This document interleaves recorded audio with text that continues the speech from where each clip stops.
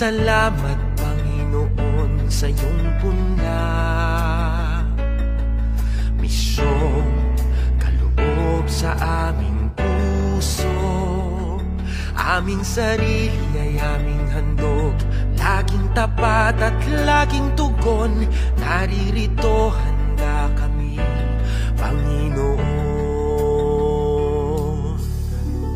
Kami hahayo sa iba't ibang dako, hatid ang iyong salita at paglilingkod. Inang Maria, ang siyang gabay namit lugod, lalaganap alab ng iyong misyon.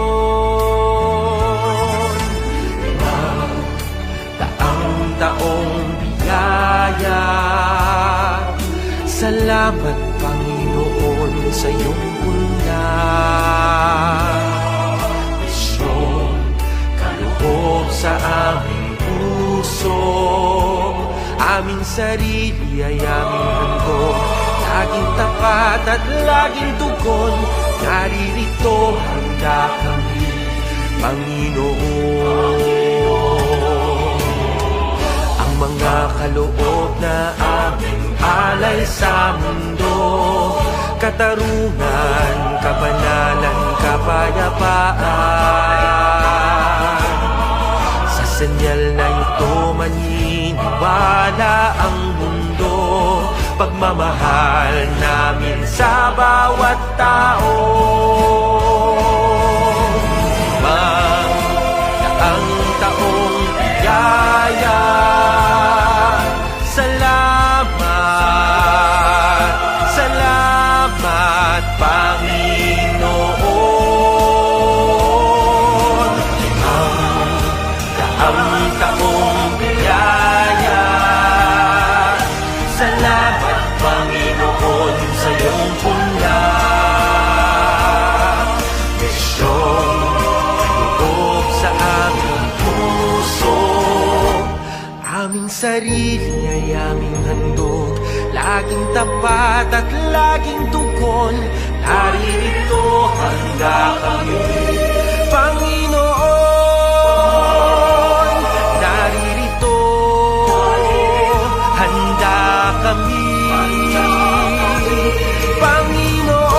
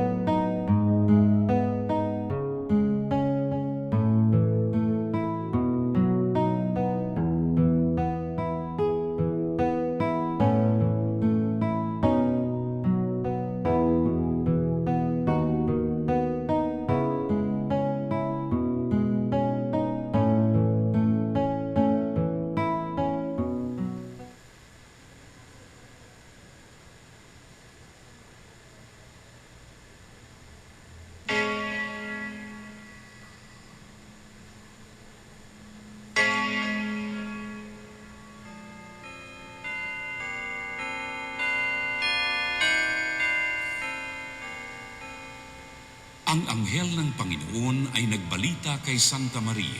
At siya'y naghihig ng dalang ng Espiritu Santo. Aba, Ginoong Maria, napupuno ka ng grasya. Ang Panginoong Diyos ay sumasayo. Bukod kang pinagpala sa babaeng lahat, at pinagpala naman ang iyong anak na si Jesus. Santa Maria, Ina ng Diyos, ipanalangin mo kaming makasalanan, ngayon at kung kami mamamatay.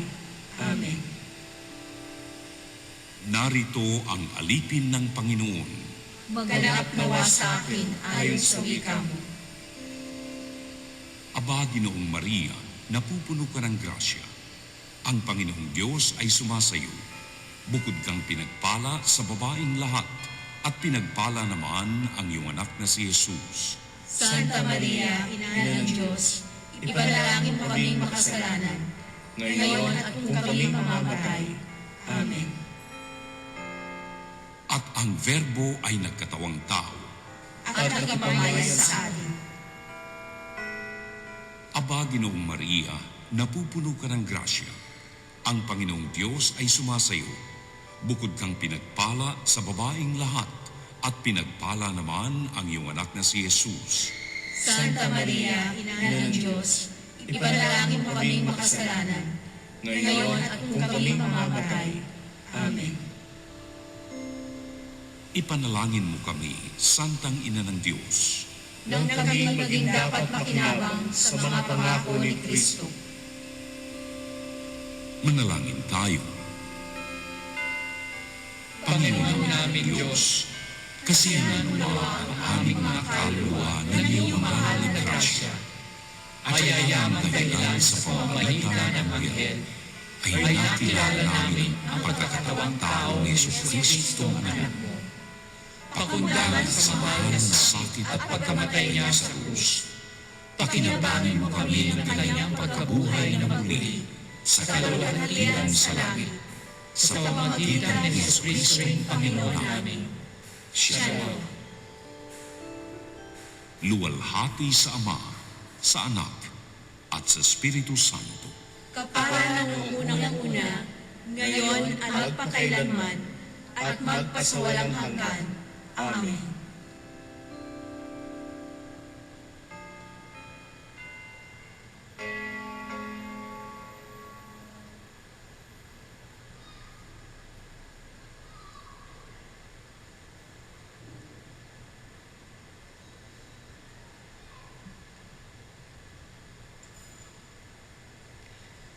Magandang gabi po sa inyong lahat. Tayo po ngayon ay nasa ika-22 linggo sa karaniwang panahon. Ang mamumuno po sa ating banal na misa ay si Reverend Father George D. Peligro, OAR. Magstayo ang lahat.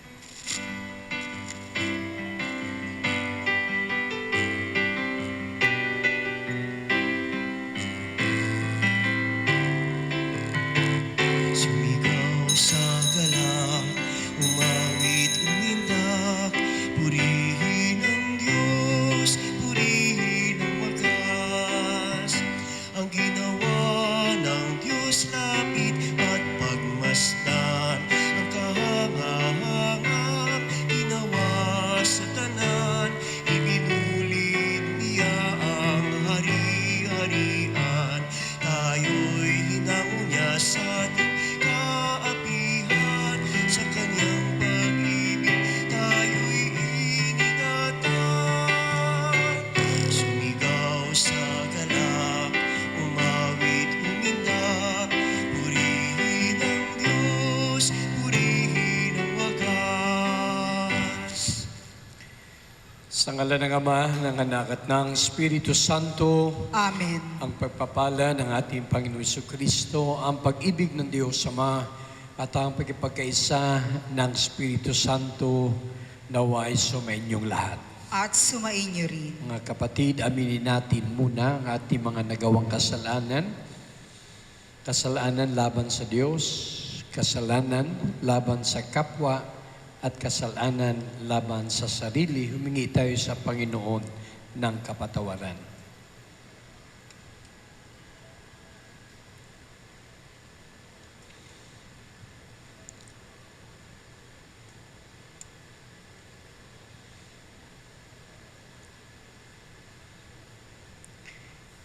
Inaamin ko sa makapangyarihan Diyos at sa inyong mga kapatid na lubha akong nagkasala sa isip, sa salita at sa gawa at sa aking pagkukulang, kaya sinasamo ko sa mahal na Birhen Maria, sa lahat ng mga anghel at mga banal, at sa inyo mga kapatid na ako'y panalangin sa Panginoong ating Diyos. Kawaan tayo ng makapangyarihan Diyos. Patawarin tayo sa ating mga kasala at patnubayan tayo sa buhay na walang hanggan. Amen. Panginoon, kaawaan mo kami. Panginoon, kaawaan mo kami. Kristo, kaawaan mo kami. Kristo, kaawaan mo kami. Panginoon, kaawaan mo kami. Panginoon, kaawaan mo kami. Manalangin tayo. Ama naming makapangyarihan, tanang pinakamabuti iyong tinataglay. Gawin mo sa aming kalooban, manuot ang pag-ibig sa iyong ngalang dakila at bantog, upang sa pagunlad ng aming pagsunod sa panampalatayang iyong ipinagkaloob, mapagyaman mo ang kabutihang iyong inihandog at ang iyong pinagyaman ay mapanatili mong lubos sa iyong pagsubaybay sa amin at pagkupkup sa pamagitan ni Jesucristo kasama ng Espiritu Santo magpasawalang hanggan. Amen. Magsiupo ang lahat.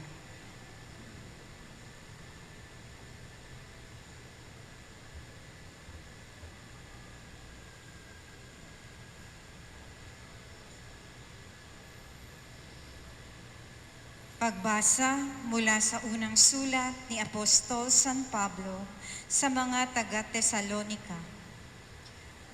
Mga kapatid, hindi na kailangang isulat ko pa sa inyo kung kailan magaganap ang mga bagay na ito, sapagkat alam na ninyong ang pagdating ng araw ng Panginoon ay tulad sa pagdating ng magnanakaw.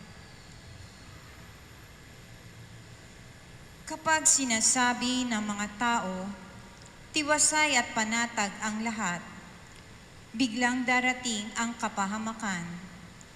Hindi sila makaiiwas, sapagkat ang pagdating nito'y tulad ng pagsumpong ng pagdaramdam ng babaeng manganganak. Ngunit hindi kayo nabubuhay sa kadiliman, mga kapatid. Kaya't hindi kayo mabibigla sa araw na yaon na darating na parang magnanakaw. Kayong lahat ay gabilang sa panig ng kaliwanagan, sa panig ng araw, hindi sa panig ng kadiliman o ng gabi. Kaya nga, kailangang tayo'y manatiling gising, laging handa at malinaw ang isip. Di tulad ng iba. Tinawag tayo ng Diyos hindi upang parusahan, kundi upang iligtas sa pamamagitan ng ating Panginoong Hesukristo. Namatay siya para sa atin upang tayo'y mabuhay na kasama niya, buhay man tayo o patay sa kanyang muling pagparito. Dahil dito, patuloy kayong magpapaalahalahanan at magtulungan tulad ng ginagawa ninyo ngayon. Ang salita ng Diyos. Salamat sa Diyos. Makikita ang may kapal sa kanyang lupang hinirang. Makikita ang may kapal sa kanyang lupang hinirang. Tanglaw ko'y ang poon, aking kaligtasan. Kaya walang takot ako kanino man. Sa mga panganib, kanyang iingatan, kaya naman ako'y walang agam-agam. Makikita ang may kapal sa kanyang lupang hinirang. Isang bagay lamang ang aking mithiin, isang bagay itong sa poon hinili. Ang ako'y lumagi sa banal na templo, upang kagandahan niya'y mamasdan ko, at yaong patnubay niya ay mata mo. Makikita ang may kapal sa kanyang lupang hinirang. Ako'y nananalig na bagong mamatay. Masasaksihan ko ang iyong kabutihan na igagawad mo sa mga hinirang. Sa Panginoong Diyos tayo'y magtiwala. Ating patatagin ang paniniwala. Tayo ay umasa sa Kanyang kalinga. Makikita ang may kapal sa kanyang lupang hinirang. Magsitayo ang lahat.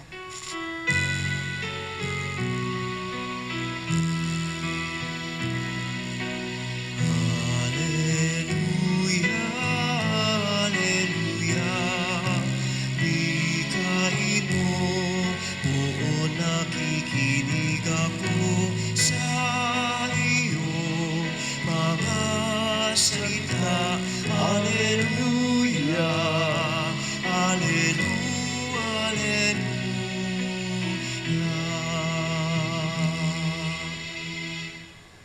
Sumainyo ang Panginoon. At sumainyo rin. Ang mabuting balita ng Panginoon ayon kay San Lucas. Papuri sa iyo, Panginoon. Nung panahong iyon, nagpunta si Jesus sa Capernaum, Galilea. Nagturo siya sa mga tao ng araw ng pamamahinga at nagtaka sila sa kanyang pagtuturo sapagkat may kapangyarihan kung siya ay magsalita.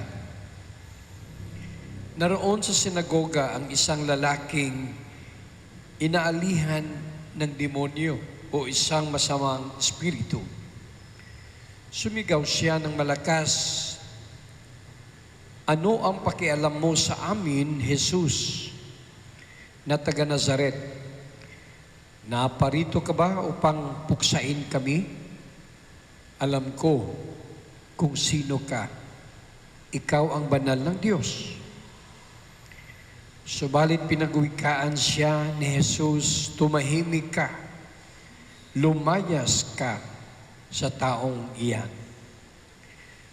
At sa harapan ng lahat, ang tao'y inilugmok ng demonyo at iniwan ng hindi man lamang sinaktan. Nang gilalas silang lahat at nagsabi sa isa't isa, "Anong uri ng pangungusap ito? Makapangyarihan at mabisa." Pinalayas niya ang masasamang espiritu. At sumusunod naman sila. At kumalat ang balita tungkol kay Jesus sa buong lupaing iyon. Mga kapatid, narito ang mabuting balita ng ating kaligtasan. Pinupuri ka namin, Panginoong Hesukristo.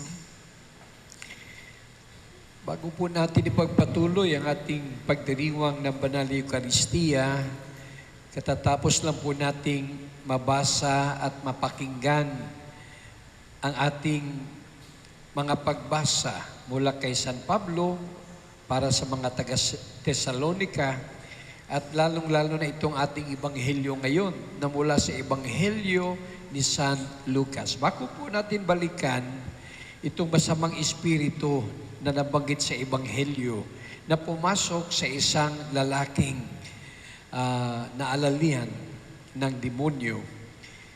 Mabanggit ko lang po para sa ating lahat, para reminders. Kasi araw-araw po tayo nagbabasa ng ebanghelyo. Ngayon, ebanghelyo ni San Lucas po, ngayon at itong darating na mga araw. Sino ba si San Lucas bilang ebanghelista? Dapat po, maalaala natin na sa ating Biblia, mayroon tayong 4 na ebanghelyo. Mula kay San Mateo, mula kay San Marcos, mula kay San Juan, at ito nga, mula kay San Lucas. Yun na po yung tinatawag nating 4 na ebanghelyo. Kasi yung iba na nababasa natin, ang tawag po natin doon ay mga sulat mula kay San Pablo o kaya kay Santiago, etc. Habang napapakinggan po natin sa Eucharistia, sa Misa, yung Ebanghelyo, ilagay po natin sa ating kaisipan para matuto din tayo na 4 lang po yan. Si Mateo at si Marcos, si Juan at saka si San Lucas. Yan. Ngayon, sino po si San Lucas? Kakaiba po si San Lucas kung ikumpara po natin sa tatlo pang ebanghelista. Kanya-kanya kasi sila na mayroong misyon sa pagsusulat. At kilala si San Lucas, alam nyo ba, na siya ay doktor, physician, medical expert. Yun po yung kanyang propesyon. Hindi kagaya ni Mateo na tax collector, publikano. Hindi siya kagaya ni Marcos o kaya ni San Juan. Manunulat si San Lucas ng Ebanghelyo, pero ang kanyang background, siya ay isang doktor. Kaya kung pag-aralan po natin yung kanyang Ebanghelyo, siya po yung mayroong kakaibang mga sinusulat tungkol pa rin sa misyon ng ating Panginoon. Kaya nga kilala si San Lucas na ang kanyang Ebanghelyo ay hindi para sa Hudyo lamang, kundi para sa mga Griego, yung mga tao sa Greece. Kaya hindi lang mundo ng mga Israelita o Hudyo, kundi kakaibang mundo, bagong mundo. Itong tinatawag nating Greek culture, mga Griego. Dahil po doon, ang kanyang ebanghelyo ay mayroon ding mga sariling kakaibahan tungkol sa kung ikumpara natin sa ibang ebanghelyo. Ngayon po, sa ating ebanghelyo ngayon, narinig nyo sa loob ng sinagoga kung saan nagbasa at nagtuturo ang ating Panginoong Hesus, may nangyari. Yung pangyayari na yon, ang importante ay hindi ko anong nangyari sa tao, kung hindi ang ginawa ng Diyos. Yung nangyari sa tao, secondary lamang sa ebanghelyo. Kasi ang ating ebanghelyo, huwag niyong kalimutan, hindi po yan istorya ng tao, kundi istorya ng gawain at kilos ng Diyos. Kasi magtataka ka, bakit sa ebanghelyo, sa lahat ng mga tao, tungkol pa sa lalaking may demonyo na sanibang ng masamang espiritu? Bakit yun ang pinag-uusapan sa ebanghelyo? Para kay San Lucas, ang ebanghelyo ay para doon sa mga halos walang sinasabi sa lipunan. Ayan. Hindi po tungkol sa mga popular na tao. Hindi po tungkol sa mga sikat o mga mayayaman. Para kay San Lucas, ang mga pinakauna na nababanggit niya sa ebanghelyo, ang mga babae na noong araw walang sinasabi po yun. Halos hindi pinapansin ng mga babae. Yung mga bata, sanggol, nasa kay San Lucas yan. Kasi bilang doktor, mayroon siyang special treatment doon sa mga nanay, sa mga bata, sa mga may sakit. Kaya po sa ebanghelyo natin ngayon, ay hindi po tayo magtaka na ang pinag-usapan ay itong lalaking nasa sinagoga na nasaniban ng demonyo. Isang pangyayari yan sa ating lipunan. Maraming ang lumalapit sa simbahan, Father, puntahan mo si ganito, si ganyan. Nasaan yan? Doon sa ano. Bakit? Kasi sinasabi nasaniban ng demonyo.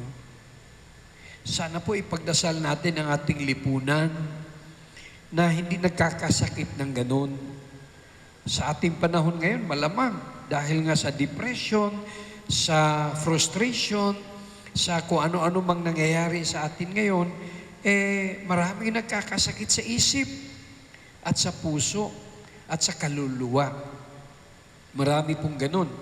Malamang itong nasa ebanghelyo, ganun ang kanyang sakit. Kadalasan yung sinasabing napasukan ng masamang espiritu. Nag-uumpisa po yan sa sakit ng katawan. Mamaya, naging sakit sa isip. Naging sakit sa espiritu, sa kaluluwa. Pero wag ka. mabuti pa itong lalaki. Kahit ganun ang kanyang sakit, pumapasok sa simbahan lumalapit sa Diyos Samantalang marami sa atin, hindi na lumalapit sa Diyos. Hindi na pumapasok sa simbahan. Kahit kailan, unless emergency na. Pero itong lalaki na ito, magtaka ka. Nasa simbahan siya. Kasi yung sinagoga, yung simbahan natin yan ngayon. Nasa loob siya. Maraming ang nagsasabi na pabiro Bakit sa simbahan maraming nasisiraan ng ulo na pumapasok? Kasi Diyos lang ang nakakaintindi sa kanila. Kaya lumalapit sila sa Diyos. Kasi yung mga ganong klaseng may sakit, pag lumapit sa tao, tinatawanan pa. Pag lumapit sa tao, tinataboy. Hindi pinapansin. Kasi wala na silang value. Wala na silang halaga. Dahil hindi na sila nagbibigay ng pera. Wala na silang trabaho. Yun Hindi sila sikat. Kaya yun po yung sinasabi natin, salamat sa Ebanghelyo, talagang mabuting balita siya. Kasi kung sino-sino yung nauuna sa kaharian ng Diyos, yun po yung mga walang akala natin halaga sa lipunan. Pero sa kanyang kaharian, lahat, walang isa na hindi nabibigyan ng halaga. Pero ganun pa man, huwag po nating kalimutan. Kapag nagbabasa po tayo ng Ebanghelyo, hindi po ito kwento sa tao.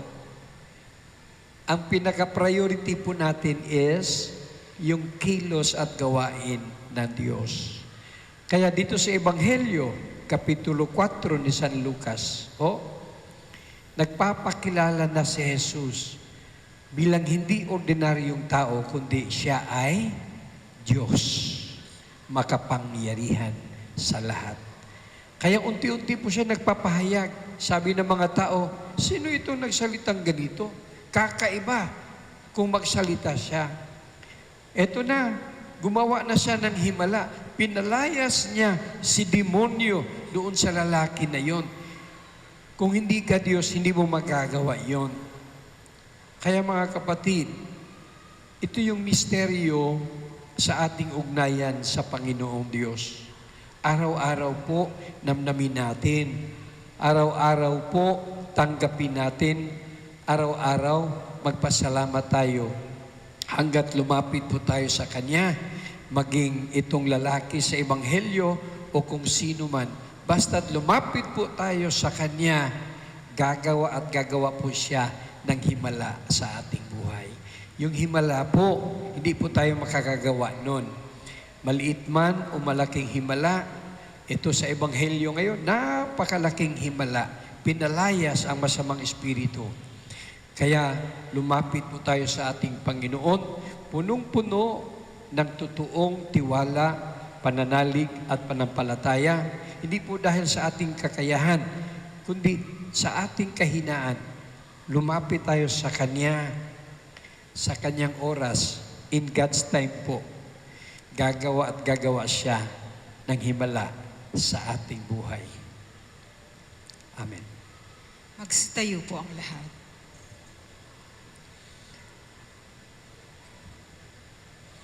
Sa pamagitan ng Ebanghelyo, nagsasalita si Kristo sa atin ng mga wikang may walang hanggang kapangyarihan at mga gawang mapaghimalang nakapagpapagaling. Sa pamagitan niya, manalangin tayo ng may pananalig. Iisang banal ng Diyos, basbasan mo kami. Iisang banal ng Diyos, basbasan mo kami. Ang simbahan naway, patuloy na ituro ang katotohanan ni Kristo at tuligsain ang mga kasamaan sa ating panahon. Manalangin tayo sa Panginoon. Iisang banal ng Diyos, basbasan mo kami. Ang mga pinuno ng mundo, naway itaguyod ang kabutihan sa kani-kanilang gobyerno at maging masidhi sila sa pagpuksa ng kasamaan sa kanilang mga lipunan na kanilang sinumpaang paglingkuran. Manalangin tayo sa Panginoon. Iisang banal ng Diyos, basbasan mo kami.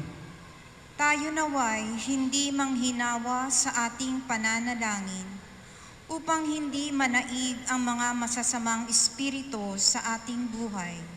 Manalangin tayo sa Panginoon. Iisang banal ng Diyos, basbasan mo kami. Ang mga may sakit at mga nagdurusa, naway mapalaya sa kani-kanilang mga paghihirap. Manalangin tayo sa Panginoon. Iisang banal ng Diyos, basbasan mo kami. Ang mga tapat na yumao naway, masiyahan sa pagsikat ng liwanag ng buhay na walang hanggan. Manalangin tayo sa Panginoon. Iisang banal ng Diyos, basbasan mo kami. Ama naming nasa langit, nagbubunyi kami sa nag-uumapaw mong pag-ibig sa amin.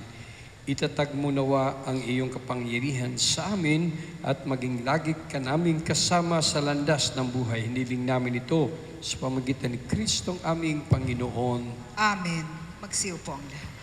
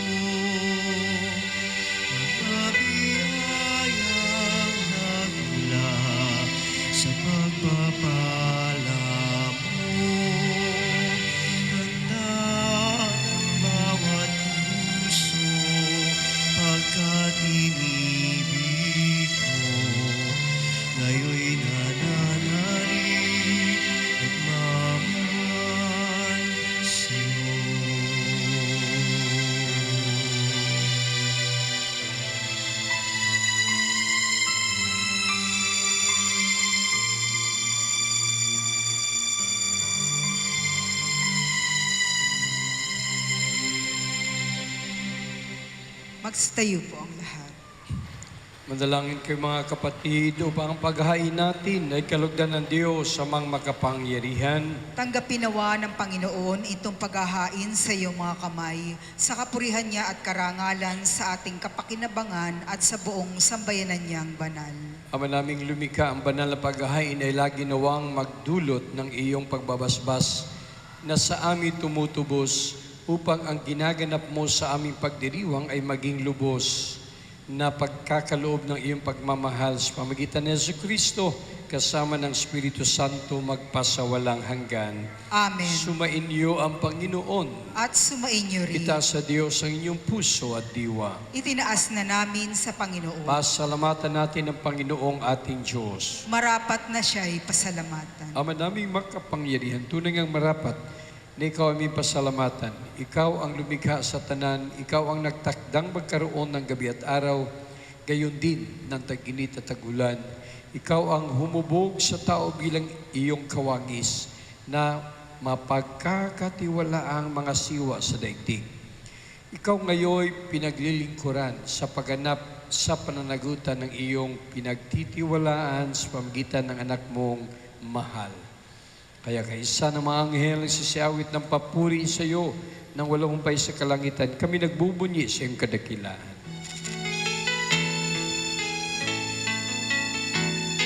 Santo, Santo, Santo, Panginoong Diyos na makapangyarihan, napupuno ang langit at lupa ng kaluwalhatian mo. Hosana, Hosana sa kaitaasan, Hosana, Hosana sa kaitaasan.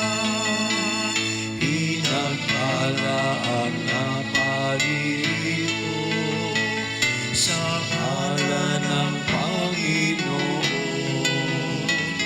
Hosana, Hosana sa kaitaasan, Hosana, Hosana sa kaitaasan.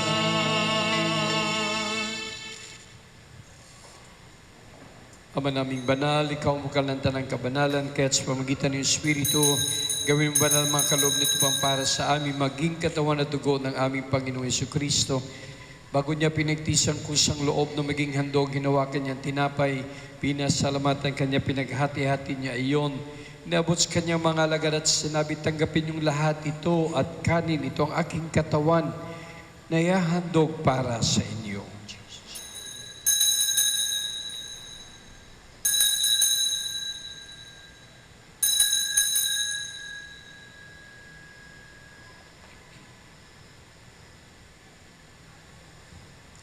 Ngayon din naman, nung matapos ang hapunan, nawakan niya ang kalis, muli kanyang pinasalamatan. Inabot niya ang kalis kanyang mga alagad at sinabi, tanggapin niyo lahat ito at inumin ito ang kalis ng aking dugo ng bago't walang hanggang tipan. Ang aking dugo na ibubuhos para sa inyo at para sa lahat sa kapagpapatawad ng mga kasalanan. Gawin ninyo ito sa pag-alala sa akin.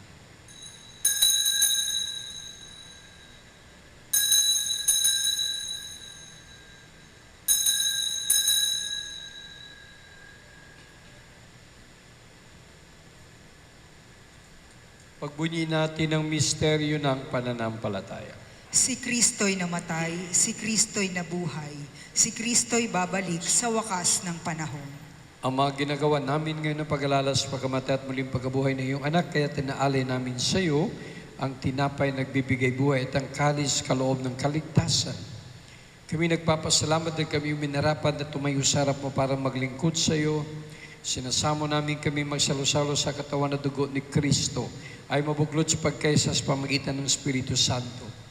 Ang malingapin mong simbang laganap sa mong daigdig, puspusin mo kami sa pag-ibig kaysa ni Francisco na aming Papa, ni Jose na aming Arsobispo ng Tanang Kaparian. Alalahanin mo rin mga kapatid namin na himlay na may pag-asang sila'y muling mabubuhay, gayon din ang lahat ng mga pumanaw. Kawan mo sila tuloy sa iyong kaliwanagan.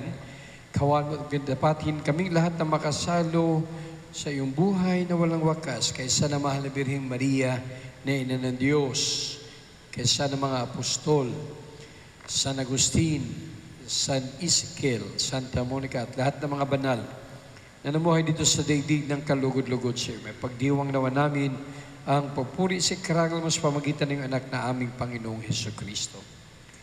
Sa pamagitan ni Kristo, kasama niya at sa kanyang lahat ng parangal at papuri ay sa iyo, Diyos sa mga makapangyarihan, kasama ng Espiritu Santo, magpasawalang hanggan.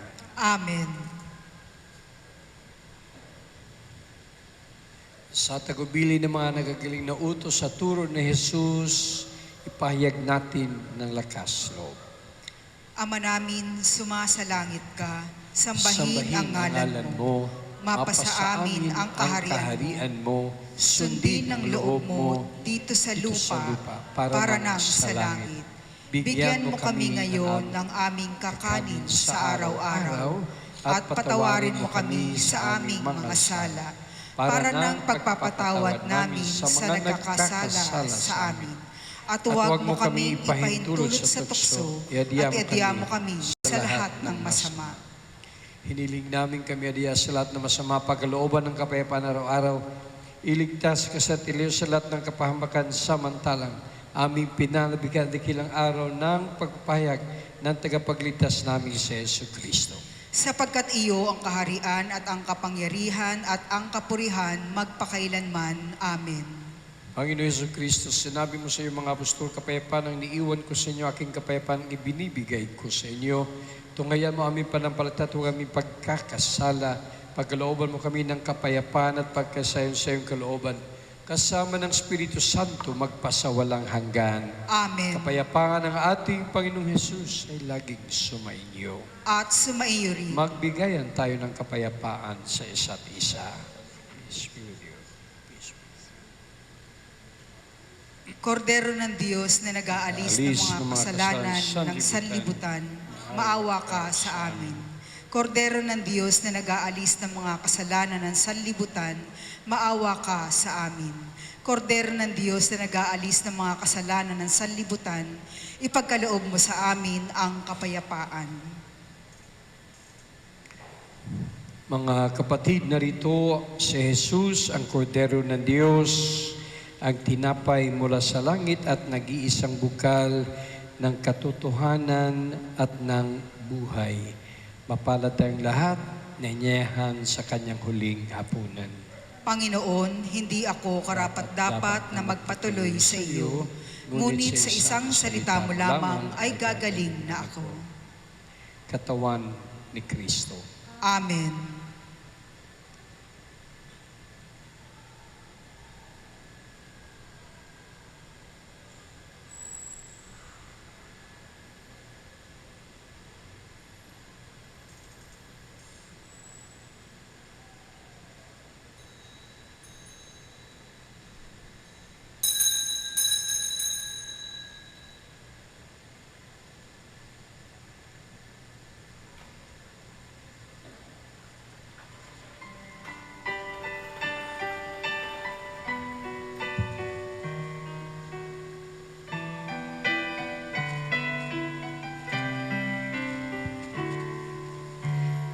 Pag-ibig ang siyang pukaw sa ating puso at kaluluwa, ang siyang nagdulot sa ating buhay ng gintong aral at pag-asa.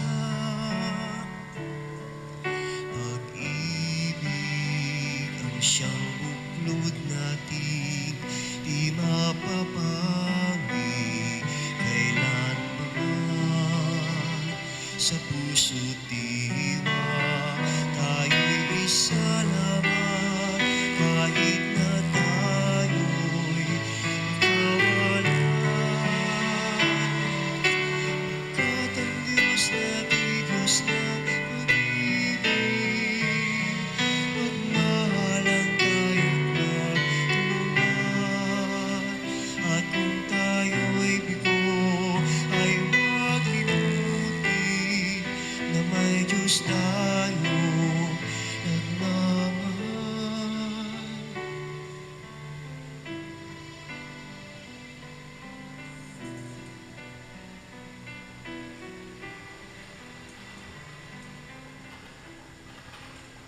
Magsitayo po ang lahat.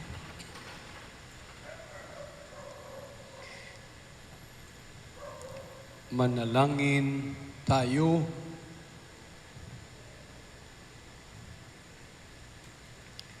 Ama naming mapagmahal, kaming nagsasalo-salo sa pagkain mong bigay, ay humihiling ng lakas mong inilalaan upang kagandahang loob namin madagdagan sa paglilingkod namin sa iyong kadakilaan na nagpapaalab sa pag-ibig namin sa kapwa-tao sa pamagitan ni Jesucristo kasama ng Espiritu Santo magpa sa walang hanggan. Amen. Mga kapatid, kahit anong sakit, kahit anong problema, kahit anong kahinaan at kakulangan meron tayo, basta totoong tiwala at pananalig ang ating ipapahayag sa Panginoon, lumapit tayo sa Kanya, siya na ang bahalang gagawa ng himala sa ating buhay.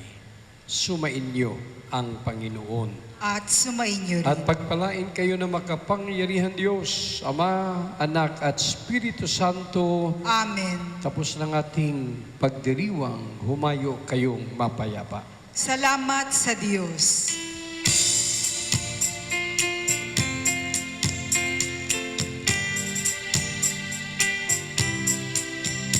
Give thanks with a grateful heart. Give thanks to the Holy One. Give thanks because He's given Jesus Christ, His Son. Give thanks with a grateful heart. Give thanks to the Holy One. Give thanks because He's given Jesus Christ, His Son. And now let the weak say, I am strong. Let the poor say, I am rich because of what the Lord has done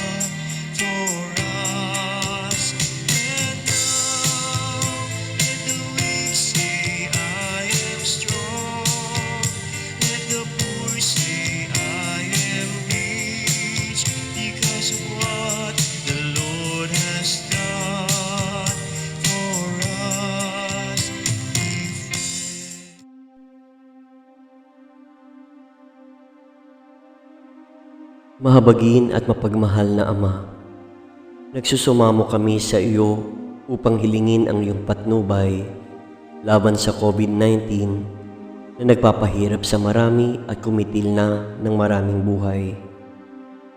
Tungayan mo kami ng may pagmamahal at ipagadya kami ng iyong mapaghilom na kamay mula sa takot sa karamdaman at kamatayan. Itaguyod mo kami sa pag-asa at patatagin sa pananampalataya. Gabayan mo ang mga dalubhasang naatasan na tumuklas ng mga lunas at paraan upang ihinto ang paglaganap nito. Nagpapasalamat kami sa mga bakunang naisulong sa patnubay ng iyong mga kamay. Pagpalain mo ang aming mga pagsisikap na mawakasan ng mga bakuna ang pandemya sa aming bayan. Patnubayan mo ang mga lumilingap sa may sakit upang ang kanilang pagkalinga ay malaki pa ng husay at malasakit. Pagkalooban mo sila ng kalusugan sa isip at katawan, katatagan sa kanilang paninindigang maglingkod at ipagsanggalang sa karamdaman. Itinataas namin ang mga nagdurusa, makamtan nawa nila ang mabuting kalusugan. Lingapin mo rin ang mga kumakalinga sa kanila. Pagkamitin mo ng kapayapaang walang hanggan ang mga pumanaw na. Pagkalooban mo kami ng biyaya na magtulong-tulong tungo sa ikabubuti ng lahat. Ukawin sa amin ang pagmamalasakit sa mga nangangailangan. Sa pagdamay at malasakit namin sa bawat isa, malampasan nawa namin ang krisis na ito at lumago sa kabanalan at pagbabalik loob sa iyo. Hinihiling namin ito sa pamamagitan ni Jesucristo na nabubuhay at naghaharing kasama mo at ng Espiritu Santo, iisang Diyos, magpasawalang hanggan. Amen. Dumudulog kami sa iyong patnubay, mahal na Ina ng Diyos. Pakinggan mo ang aming makahilingan sa aming pangangailangan at ipagadya mo kami sa lahat ng kasamaan, maluwalhati at pinagpalang Birhen. Amen. Mahal na Birhen, mapagpagaling sa may sakit, ipanalangin mo kami. San Jose, ipanalangin mo kami. San Rafael Arcangel, ipanalangin mo kami. San Roque, ipanalangin mo kami. San Lorenzo Ruiz, ipanalangin mo kami. San Pedro Calungsod, ipanalangin mo kami.